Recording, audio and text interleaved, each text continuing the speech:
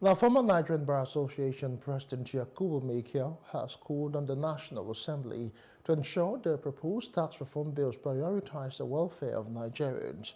Speaking at the public hearing organized by the House Committee on Finance, Mekiel expressed hope that the bills, when passed, would reflect the sacrifices of the citizenry. The bills under review include the Nigerian Tax Bill, the Tax Administration Bill, the Joint Revenue Board Bill, and the Revenue Service Bill. Meanwhile, Controller General of the Customs Service Adewale Adeniyi accused companies in Nigeria's free trade zone of violating operational laws by conducting business in areas governed by customs and tax regulations. The chairman of the Presidential Committee on Fiscal Policy and Tax Reforms, Taiwo Oyedele, and the FIRS boss, Zach Adedeji, praised the House Committee for allowing public input on the bills. For me, it is just to remind us of something that we already know. Nigerians are expectant. Nigerians expect that arising from this bill will be a regime that will recognize their sacrifices, and also they would have an opportunity to see that the sacrifices that they have made in being a part of this process where they are asked to make contributions into the development of this economy, they will also see the result of their sacrifices. That is the expectation of Nigerians, and I know that Nigerians appreciate the fact that in this place, because this is the only place where this kind of business can be undertaken. There is no other place, there is no other person or authority that is recognized by the Constitution to make laws. It is only in this place that laws can be made, and Nigeria is a function of laws. What does the customs recommend? What we recommend is a closer collaboration between customs and NEPSA, and secondly, a review of the Enabling Act, which was last done in 1992, to see if there are emerging dynamics in the economy that needs to be corrected. Other stakeholders, including the Congress of University Academics, the Nigerian Investment Promotion Council, and the Bureau d'Assurance Operators, also presented their views. They called for various amendments to ensure the bills address critical challenges in the tax regime.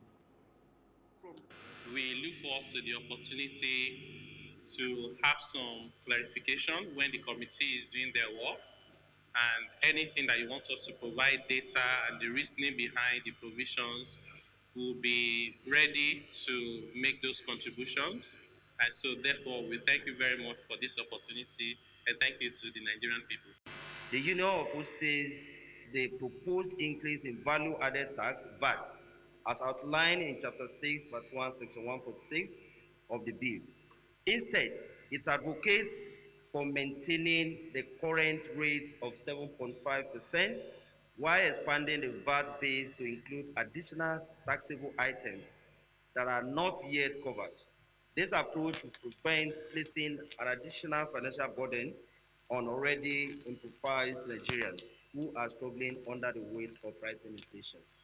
Then the next one has to do with the qualifying capital expenditure incurred or to be incurred subject to a maximum.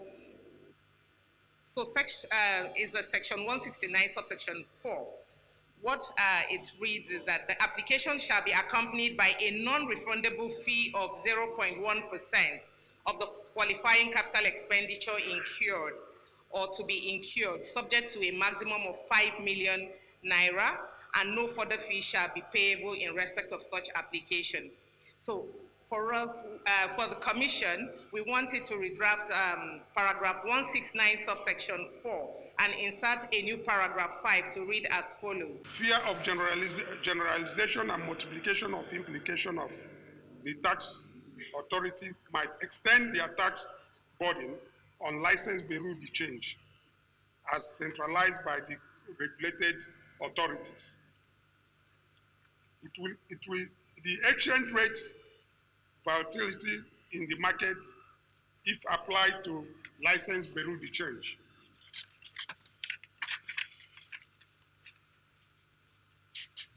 with these tax reforms, it will be transferred to the end users, if so be, because most of the transactions done by the bureau de change will eventually be transferred to the end users. It will worsen the inflation as we depend highly on importations. It will lead to unemployment, as we know, in increasing the tax on the foreign exchange transactions. Hello, hope you enjoyed the news. Please do subscribe to our YouTube channel and don't forget to hit the notification button so you get notified about fresh news updates.